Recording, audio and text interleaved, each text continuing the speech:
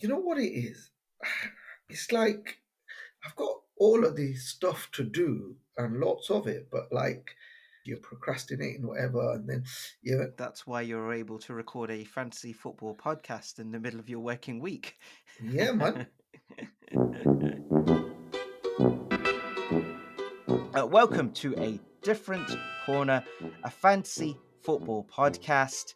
And, well, what can I say? It was a downpour at Old Trafford over the weekend, but it was also raining points, Luman. I'm, of course, joined by my friend, Dr. Luman Ali. Luman, you were the one whilst it was raining points, collecting them up with a massive bucket and just collecting and you were swimming in points by the end of it. Congratulations, firstly, because our title race is certainly over, as is the almost inevitable conclusion of the Premier League title, although there is still a tiny glimmer of hope. But our different corner, pretty much a head-to-head, has only been me and you in this league, is over. What was the points difference? You said something like 200 points. Um, No, no, not 200. no? Close to 200, Close and to by 200. close to we're talking now 175. Oh my gosh. So congratulations, Lumen. How are you feeling after game week 37, the penultimate game week of the season? Yeah, it's good. I mean, I think in the entertainment world, in recent years, they've done all of these festivals and they long it out where, before they might have had a one-off event or 3-day event. But recently, they last several weeks. Like, for example, in Saudi Arabia, they've got the Riyadh season and they've got all of these entertainment events, and part of it is sporting events, and they've got the big fight this weekend as part of Riyadh season. And I've had a Lumen season where I've played four of my chips in 4 weeks. That's been the season for me. And whilst half the first 2 weeks of the season didn't go as great as I'd hoped, the second 2 weeks of the season have been absolutely fantastic. My wild card last week, 111 points when the average was 71. And my bench boost this week, 150 when the average was 83. Yeah, it's good. So the big one for me was Josko Gavardio. The guy has been in absolute form since game week 23. 12 points, 6 points, 15 points, 6 points. And then this game week 37, 21 and 6 points, 27 points. If you didn't get him in, you have to ask why. Like, why would you not get him in? So yeah, he got points for me. Cole Palmer, Cole Palmer's Cole Palmer, got me 14 points. Haaland, I captained 30 points. Most people did. Nicholas Jackson, in spite of his reputation, scored another goal, and he is up to 14 goals for the season. Foden got me a goal. Gordon got me a goal, and I was helped out by the Spurs guys. Even though they had a nightmare on Wednesday, they had a home game against Burnley, and the two scorers were both defenders. So Pedro Porro and Van der Ven. I got a massive slice of luck there.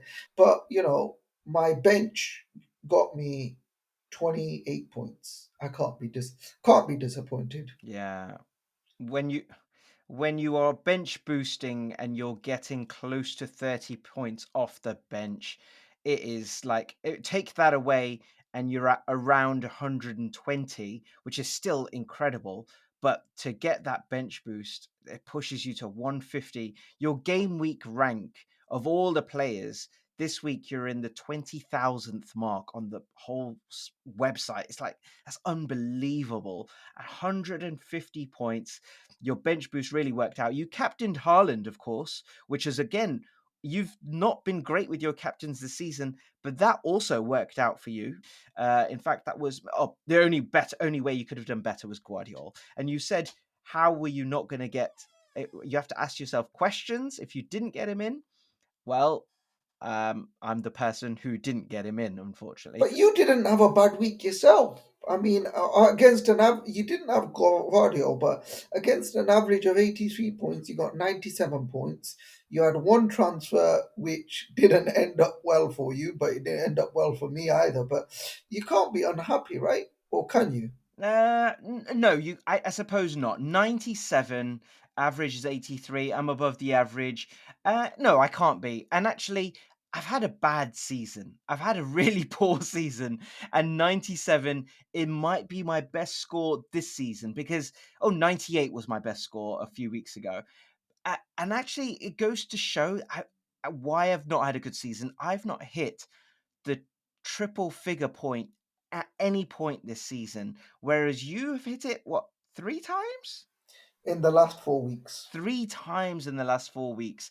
I did well. I got points from Pickford and Branthwaite, even though they're only single gamers. Van de Ven, I brought in on my wild card, 12 points. De Bruyne did get me 2 assists. No bonuses, though, I don't think. Palmer, Haaland, Jackson, Isak was a disappointment. I actually had 12 points on the bench with Havertz and White. But yeah, it wasn't great. I captained Son, and at this point of the season, I said a few weeks ago, I'm just going with my gut rather than what my opponents might be doing. And I really just captained Son because I was in the hope that that would have some sort of magical impact on the universe, and Son would score and take some points off Man City. And he was so close. He was so close. I'm not one to say that he fluffed his lines on purpose. I'm not one to say that Spurs didn't try. I am one to say that Spurs fans, some of them, were doing the Poznan in the stadium when Man City scored, and I'm like, oh man, come on, guys. There are levels here now. It just exposed to me. I actually had a bit of credit. As an Arsenal fan, I was kind of somewhat looking at Ange and that Spurs team with somewhat respect, actually. But Spurs fans, on the other hand, not so much, because I thought, wow, you are really just defining yourselves on Arsenal's misery, and I just where does that leave you as a club, right? But that's a just a whole North London kind of No, derby no. thing. Let's get into this because you've known me for 28 years. You know I hold myself accountable, right? A couple of months ago on this show, I made a claim. Unbeknownst to me at the time, other people had said it as well. But looks like we all got it wrong. We all got it badly wrong about Spurs being the kingmakers, right? They're not kingmakers. They're bloody Spurs. They are terrible. Spurs are awful. I mean, let's look at this. They have lost 5 of their last 6 games. The one game Yeah, they've won was against Burnley at home, 2-1. yeah, They're yeah, awful. yeah, yeah. They're terrible. They're Spurs. They're actually wild. I was watching obviously the Man City Spurs game. They play suicide ball, Lumen. Like in tight spaces where you think, okay, yeah, I can see what you're trying to do, but my gosh, they just go. They just leave their position and just go. And it's like, what are you doing? What I couldn't quite understand it, but obviously it worked to some degree because of all teams, Jamie Carragher said he's seen Spurs do the most damage to this Man City team. Like they looked more threatening, most threatening. That was more to man. I think to a bit of nerves from Man City. It gets if you. I I had a feeling it wasn't going to be plain sailing for Man City purely because every game they've had recently, they've won without having to get into like first gear. They've cruised it, right? So I thought, historically they've struggled at Spurs, which is a bit weird. And I thought it wouldn't be as plain sailing. Um, and it turned out that way. I wasn't expecting a 3-4-5 nil hammering, but it comes down to the final game of the season. Um, I wouldn't be too downbeat if I was Arsenal fans. There's still hope. We know this Man City team is a machine. We know in all likelihood they will do it, but there's always hope. There is always hope. There is always hope. Come on, Jared Bowen. Come on, Kudus. Come on, James Ward Prowse. I will be forever blowing bubbles if West Ham were to take something from Man City. In all likelihood, it's not going to happen. But nevertheless, Yeah, nevertheless. but we talk about history, right? And I found a fantastic compilation of the last three managers of Spurs absolutely slating the club and everything about it. And it's hard to find a club that has had that many top quality managers slating them. One of my mates is a hardcore Spurs fan and he's moved to Australia out of shame, right? Um, I mean, the guy, he's always taking the mick out. He goes OTT on Liverpool, and he's always like slagging me off, whatever. And he always likes to have these sly digs, which none of it makes sense. But one thing I said to him, and he couldn't say anything. He laughed it off. Was right. They have broken Ange Postecoglou, who by universal consensus is one of the more nicer managers. They've broken him. Yeah, That's Spurs. yeah, That's yeah. their Do you history. do? I I certainly got that. Looking into that interview with Ange, he was like head down, eyes averted. It did seem straight, somewhat embarrassed. I don't know. I don't know. He said it was a strange atmosphere in the stadium that day. I can.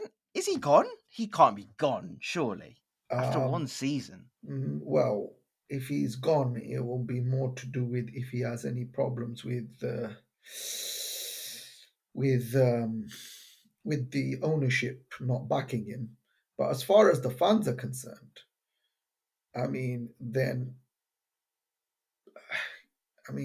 it's a broken relationship there. Here's the thing, right? Here's the thing. Jamie Carragher said that he doesn't know why Ange is being salty because he would expect fans of other clubs to do that. The difference is they wouldn't be so open about it. If Man United stopped Liverpool from winning the league, and they feel like they've done that, right? They'd be celebrating, and they have, right? But it's they've not. They've not. Stand. You'll never walk alone. Like, which is effectively what the Spurs fans did during the Poznan, and that's the difference. And I think that's what's broken Ange. Yeah, yeah, not good, not good. But let's move on from Spurs because there were some other stories. There was a lot of points. I mean, I said this is the highest average points total of the season with 83. And it's been in the high 70s before, but I don't know if it's been in the 80s. Everyone was feasting. Guardiol, I mean, gosh, if you yeah, just a monster. I think that was like the second highest ever points total for a defender after a game week. Obviously, it was a double, but nevertheless, yeah, points everywhere, points everywhere.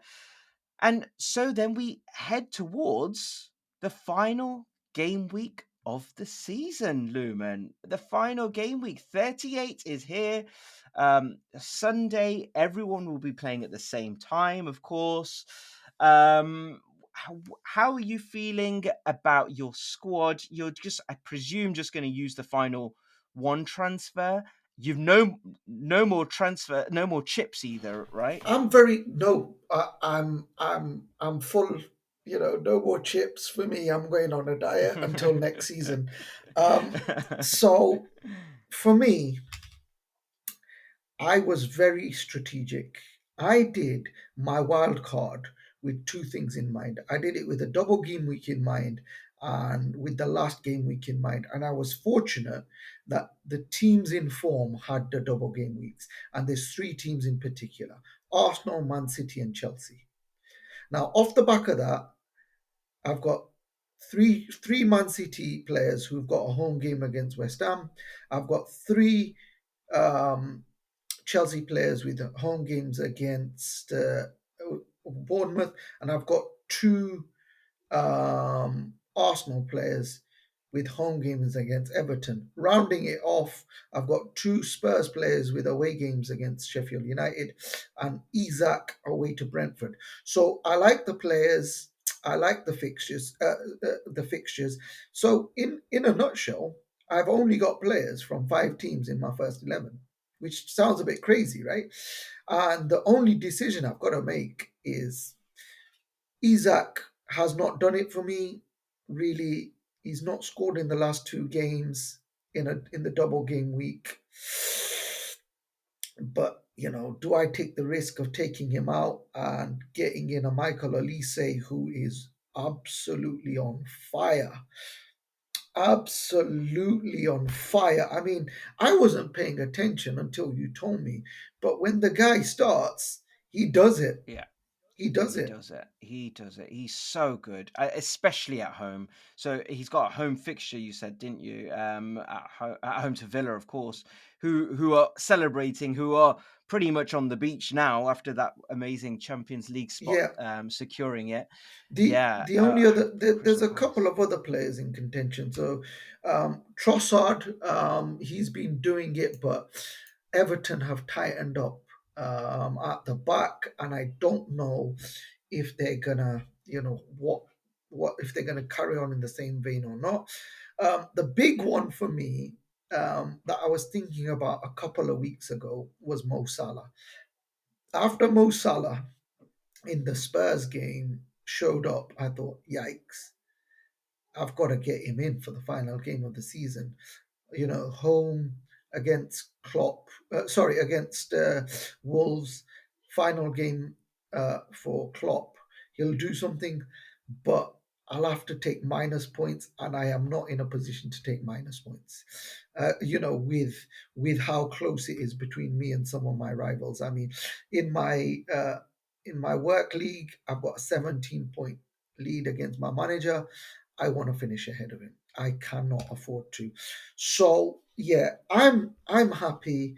All in all, captaincy. I'm gonna go with Haaland again, even though Cole Palmer's at home.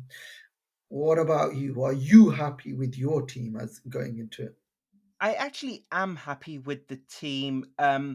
I come to this last game of the season somewhat underwhelmed because you're looking at and I often look at, obviously they're running the end of the season, who's got something to play for. Unfortunately, all the relegation places are pretty much done. Luton have an absolute astronomical task on their hand to try to overhaul, what is it, 12 goal swings. They've got to win 6-0. Forest have got to lose 6-0 for them to stand a chance of staying in the league. I mean, that's, if that happens, that would be unreal. The biggest Premier League story ever. Yeah, so relegation places are done. Champions League places are done.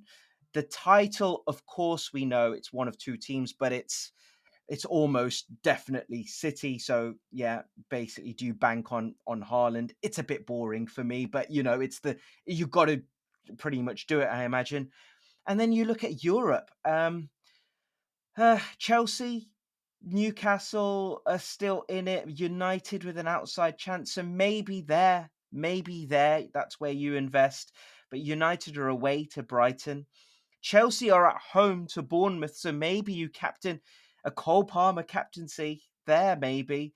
Newcastle are away to Brentford. So actually, of all of them, Chelsea look the nicest if you're looking away from Man City for a captaincy. I would have thought bringing in the captain's armband to Cole Palmer. So let's talk about Cole Palmer, Lumen. I've been hearing a lot of comparisons this week after another eight. What is it? A goal, an assist in the last two.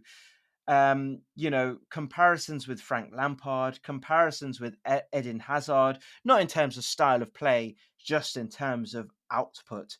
22 goals this season, 12 assists. Sensational. And put it this way, if he's young and if he stays in the Premier League, and if he continues like this, then he's got a chance to compete with the greatest fantasy football player of all time in Mo Salah. Right now, Mo Salah's streets ahead of everyone. I mean, let's whilst we're here. I mean, Mo Salah. I mean, it's unbelievable, right? Unbelievable.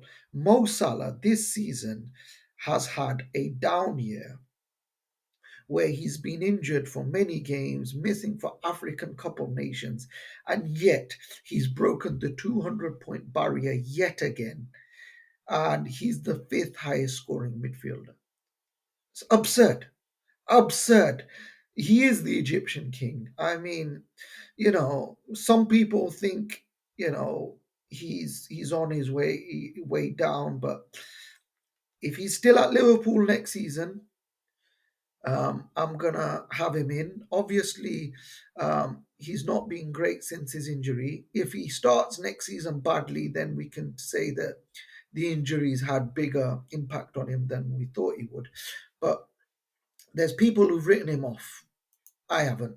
Mo Salah is in there, and Cole Palmer. That's the highest praise I can give. Is that if he continues on this trajectory, and it's a big if because Mo Salah has done it for 7 seasons on the bounce, right? And the crazy thing is 205 points. His other points returns 231, 233, 239, 259, 265, and in his first season he got 303. It is It is ridiculous. ridiculous. It is ridiculous. It does come down to that injury, though. You said he's not been the same, and I'm wondering after a summer break, which Mo Salah does come back. But there's huge question marks over Liverpool as a whole, right? Like new Yeah, manager. yeah. You went Oh, through the squad with me yesterday, and how many players need to go. Uh, there's question marks over the entire squad. Jurgen Klopp, took control away from the transfer guys to make his own transfer decisions. That's why those transfer guys left, and they've all come back because Jurgen Klopp is leaving, and one of the guys Jurgen Klopp signed, against better judgment, is Nunez. And the reason why Jurgen Klopp is leaving, imagine coaching Darwin Nunez for 2 years and everything you tell him to do on the training ground, he doesn't do. It will exhaust any man. It's exhausted the most energetic manager out there. Darwin Nunez is the reason why Jurgen Klopp is leaving. I can't understand how such a phenomenal coach in Jurgen Klopp can identify players so badly, and why he was then also put in charge of that. Like, why? Well, there's a famous story amongst Liverpool fans, and it's a fact, right? Because Jurgen Klopp's admitted it himself. In the summer of 2017, Jurgen Klopp, we were in the market for the final piece of the jigsaw to complement Mane and Firmino. Jurgen Klopp wanted Julian Brandt. The transfer guys pleaded with him. You have to look at this, Mo Salah. You have to look at Mo Salah. And then in the end, Klopp went along with that. But had he not gone along with that, we'd have had Julian Brandt, who I think it's safe to say would not have been on Mo Salah's level. No. Wow. Wow. Wow. So you're saying you're basically still got a lot of faith in the Liverpool man, of course. In fact, one of the off-season episodes we should do is all about the historical kings of FPL in recent seasons: Salah, Son, De Bruyne. Whether we're now seeing the new school come through, but we'll save that for another episode. We'll save that for another episode. We have got a last final game week. You're teetering towards maybe a Salah, maybe an Elise. Or one more that I forgot about, right? Now, this guy massively annoyed me because I bought him in game week 33 as a differential, and he had a home game against Sheffield United, and he got me 3 points. So what did I do? I dropped him, right? And in the next four game weeks, granted he had a 1 point and a 3 pointer, but he also had a 9 and 12 point game week. I'm talking about Brian Mbuemo. Oh gosh, yes. Who this week got 12 points, right? Like Yep, and he's got a home game against Newcastle. against Newcastle. Tricky one. Tricky one. Brentford nothing to play for. Newcastle with something to play for. But yeah, it's fair deal. Sorry, Brentford only lost one game in the last one, two, Do- three, six, like 8 games or If we so. Not draws, but still. if we're talking about something to play for, yes, I've had a good season, but I'm going into the final game of the season, clinging on to second place in a couple of leagues, and what I do or don't do will have a massive bearing. Right now, the only question mark is Isaac. This is the gamble. If I take him out and he does bits, he's gonna do it for my rivals. So I've just thought of something, and I don't know why I didn't think of this before. What I need, what I need to do is very simple. I just need to study my rivals and just copy them. So this is a famous tactic I used on the final game of the season a few seasons ago. It was me in my family league against my brother-in-law, and we were almost neck and neck. I think there was like minimal points in it, and it was like Chelsea at home, and I kind of knew exactly what he was going to do because it was the obvious thing, and I captained and basically uh, obviously you can't look into someone else's team without asking them, but I kind of had an inkling of what he was going to do. So instead of doing what I was going to do, I basically copied him, and we almost matched points, and I won it by a few. It was a dirty tactic, but it worked. It worked. This season, I'm not going to be doing that because I'm basically playing catch up. In fact, I'm using my last game week to just do something wild. I'm not going to captain Haaland. I'm going to go. I might captain an Arsenal. Maybe I bring in Bukayo back. Maybe I captain Kai. Maybe, just maybe, I bring in Jared Bowen, captain him because West Ham and he are gonna bang, and that's how Arsenal are gonna win the league. Oh, maybe. I don't know. Hopefully. You're just praying you're not getting hammered. I'm done. Yeah. Please, please, please, please. And also, of course, Arsenal got to win.